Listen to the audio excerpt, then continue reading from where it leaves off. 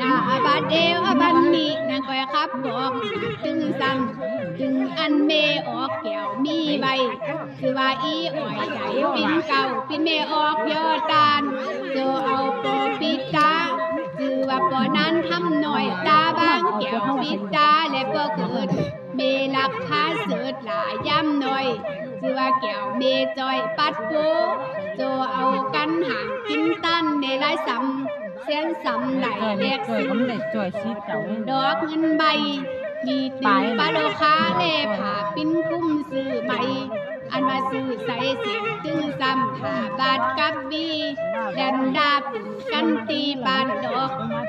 ออกไก่เล็กซื้อและตึงจองกับถุง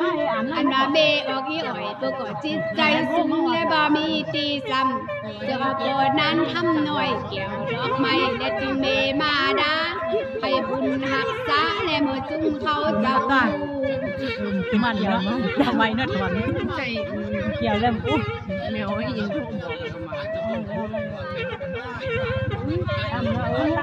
ดาบาเดวบันนี้ปีใจไหลมีใบคือว่าน้อยของไหลปิ้นเก่าปัดโปเดียวใดเอาตุ้นโตห่างกินตันเลยคือจอดแล้วก็ครับบอกตึงซ้ำก็มีมากลงไหลนาเดครับไปหาคือว่าไอ้ซุงโบเต็มยาเก่าซาทาเลยโบเน่หักเกี่ยวดอกไม้ปัดโปคือว่าอีปุ่นเปิ้นปิ้นเม่เต็มโตใจซุงโบเละได้ปิ้นดุยโพแป้งเลยนอนใจซุงโบ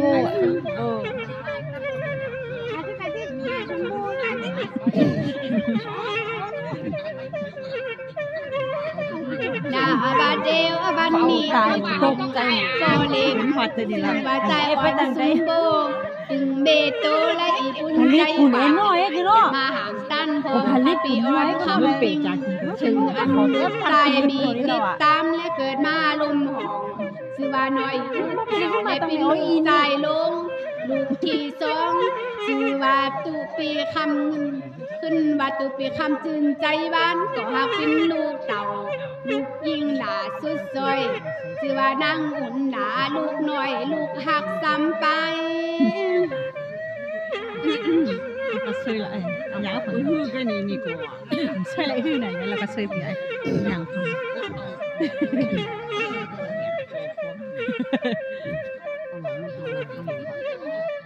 ดาบาเดวบันนี้เงินคำปัสสุปีดีมีปินลงเล่หลายนี่เยอะเฟยมอนกว่างแต่มาห่างตันพร้อมพระปีน้อยขึ้นพระปีอ่อนคำปิงปินสินเล่บุญฝากเมืองฟ้าโจนี่พร้อมจัดหนาอย่าไปตกขี้พันเสียตัวเด้อบันจะได้ใจซุ่มโบปีแลมีอายุสังขันนี่อย่าไปเจียวเถ่าตึงอันนั่งบุญแก้วเมเก่าอยู่สุขปินดีตึงลูกหักปูตาหน่อยนินขึ้นแดดหน่อยนินในแก้วคือว่าหน่อยอู้แก้วลูกหลักเต็มตาที่ได้บุญหักษาและเมื่อจุ่มสู้เจ้าตึงอันตุเปียคำจืนเจ้าโตหน่อยได้ปิ้นด้วยขึ้นก็คงเคซุมจีตานี่เอาตุ้มโตและอยู่อารามกว่าห่างตอกอกใช่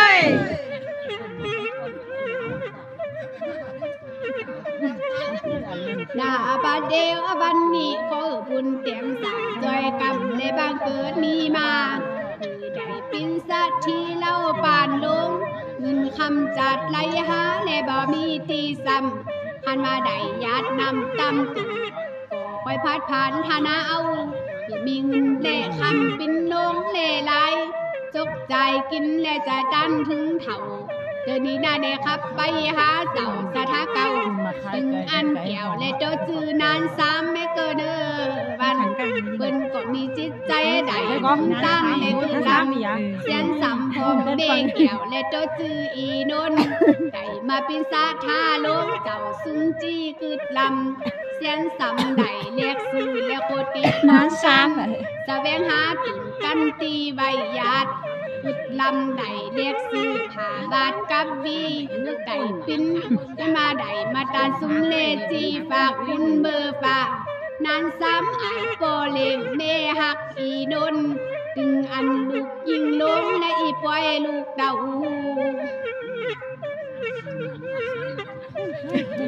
แล้วก็เชยยา เจ้าเหล่านี้ อยากก็ฟังกันยาเอาเชยอ้อนแล้วเหรอนี่ หน้าบาดเดียวบันนี้ได้เป็นเจ้าสถาเก่าก็กึดลำเหมือนกัน ลูกยิงมีกับกันถึงอันลูกใจยอดตาดำก็ยอดเต็มเล่เฝ้าสิว่าไออ่อนแก้วมีเล้วเป็นลูกเต็มตาใครบุญหักษาจะมาห่างยอดตาลบ่ทานีมีอยู่ไว้หลายผู้เลยมาแต่งยอดตาลให้ปิญญาณแก้วอันดีเลยกับกีบแล้วก็ครับบอกตึงซ้ำเลยไม่ออกคำโนนสมิกะโพตุนสิว่าใจต่อแก้วคุณดีเลยโพหักเพื่อก็หักหินอ่อยคู่มือเลยเหมือนแก้วหน่วยตาหักษากันไว้เนินเลยตีหู กาบีเอา กาปีนี่ตั้งแต่งนี่ มันก็ยิงข้างนู นนี่อ่านแจ๋ว เคยเป็นครั้งละกาในยิงกล้าก่อนไม่ใหญ่ หน้าบาดเจ็บ ใช่ให้คำนวณ ตั้งเจ้าพระปีน้อยไม้เมตเป็นตาอันนี้เป็นสาทีลงหลักคำลงเบเด็กใจจะโบไว้เมืองไต่และเจียงใหม่เมืองไทยอันนั้นใจต่อยอดสายใจอักเป็นมาปินโพตุ้นแก้วคำโนนเบเด็กใหญ่ โดนเมาเราลอ ยิ่ ง ง เพล ใหญ่ งอ่ะ มีใบชื่อว่านางมิตาหลาและเป็นลูกเต็มตาให้บุญหักษาแก้วโพเมและตึงลูกตึกถูกแต่บ้านพงมันเบากับหายจะเป็นพลังดวงลายกำสาธาและปอเมเตนีเมื่อแล้วเมเล็กใหญ่คำโนนแล้วก็สุกแอบสมิกะโพลงใจต่อแก้วคุณดีและโพคิมได้อยู่ใบเมืองไทยและเจียงใหม่เมืองไทยคือมีโจกเบใจไหลหลังมากูมือคือเป็นเจ้านายเก่าเงินคำเจ้าเลยไหลหลังขึ้นดีคือได้เป็นสาธิสะเทใบเมืองไทยและเจียงใหม่ ตอกอกใช่ใช่เสียงมันมีที่ไหนบ้าง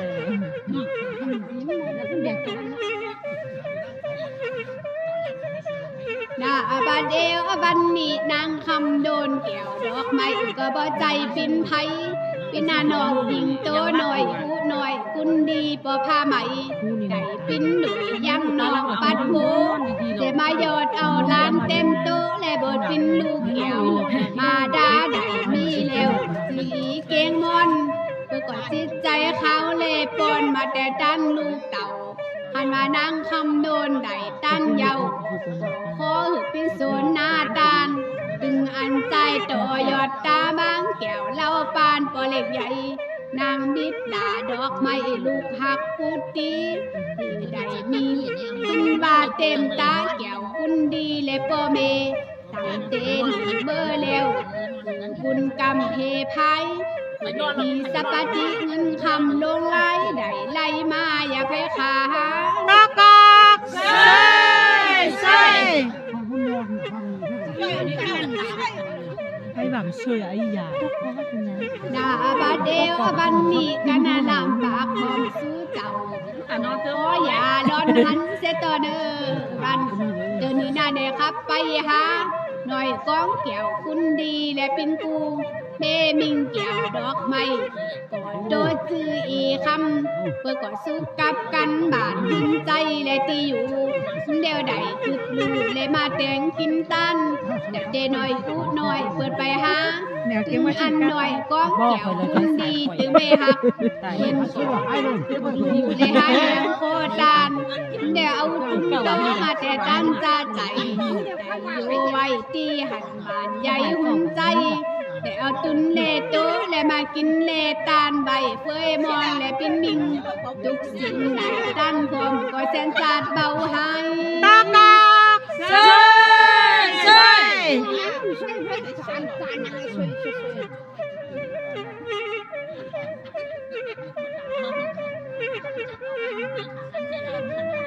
หน้าบาดเอวบันนี้ดาเดครับไปหาใส่ใจเก่าสาธาและไม่ออก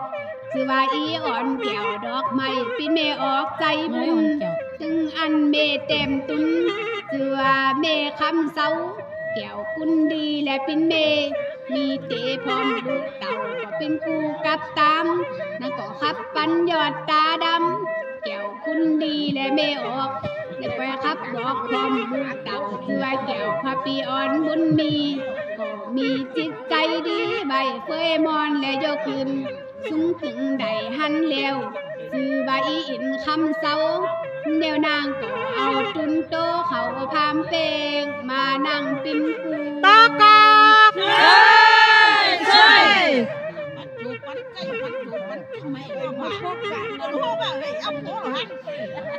เดินหาที่มันใจยักเกี่ยวใส่ตู้เลย นาอาบันเอวอาบันนี่นางก็ปินกูบอมลูกเต่ามีอินคำเศร้าด่าเบเล็กลางหนุ่มโตดีตัวนี้เอ้ยบันเต็มมือปังข้าวอ่อนนางก็มีโพเต็มตาได้เต็มเล็บสุดอยู่ไว้เดินกว่าแล้วคงเขตเฟยมอนลูกหลักมีซองอุ่นและเกิดมาลงหลงคือว่าอีอ่อนแก้วดอกไม้ก็เป็นลูกยิงลงจึงอันลูกใจโตแก้วคุณมีพาปีอ่อนคือสอนโดยลงแล้วอีอินคำเศร้าหลาเมโกก็บ่เป็นเสามุนโบเดี๋ยวคิงก็มาละเซโพห่างเซไปและหมดเป่าหู ตากอกใช่ มีกู30คุณกันนี่ หน้าอาบันเอวอาบันนี่บ่มีไผอยู่คู่มือหยิบแขนกับขามีไผมาหนุ่มสองเส้นขาหลินนุ่มโนนและสองถุงคิงก่อนซุกอยู่ไว้เลินกลางและแอบลูกสองสีเดี๋ยวขึ้นมาคิงก็ได้มีเงินได้คำสัปปติลงหลายจึงได้มาห่างกินตันปินเมออกตึงอันอีอ่อนแก้วลูกน้อยลาเมเด้งก็ขึ้นออกยอดตาลงานลูกใจลงแก้วบุญมีพาปีอ่อนคือสอนได้ตั้งแล้วพอหืออินคำเศร้าแก้วเมโกและก้อยได้อยู่ดีเสตอเดอวันเดียวนางก็ตกคุ้มขี้และบ่มีโพหอยอันมากินตั้นถึงเรียบร้อยขอบุญกรรมโพดภัยได้นางไปปะไปยาและปอเล็งเล่าปานและไปตัวโห ตากอกใช่ ไล่กันแค่ เป็นแค่ไหน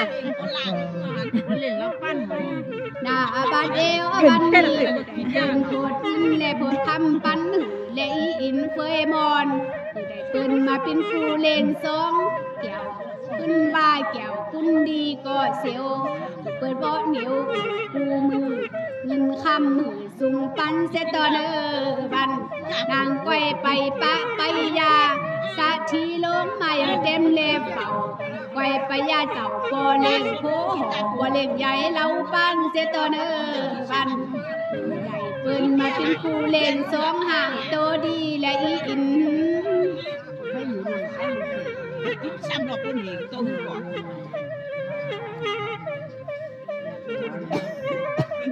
นาอาบันเอวอาบันนี่จึงงานอีอ่อนแก้วเมเลงก็ปินลูกยิงลง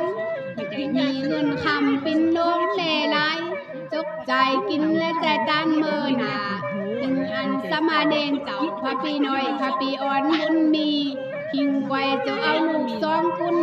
และก้อยแปลงใจดีและก้อยได้ทายลุงนำญาติแต่มาโยนตานเอาพระปีคำปิงเจ้าโตน้อยที่ในเขตอารามที่อันเสียนท่านบ้านเฟยมอนบ้านเกิดเพอบังเกิดได้กูเจอและกูสิงนาให้ได้บุญหักษาอีอ่อนแก้วคุณดีเมเล็กใหญ่ตึงอันคำเศร้าแก้วดอกไม้ก็เต็มเตกปัดโบ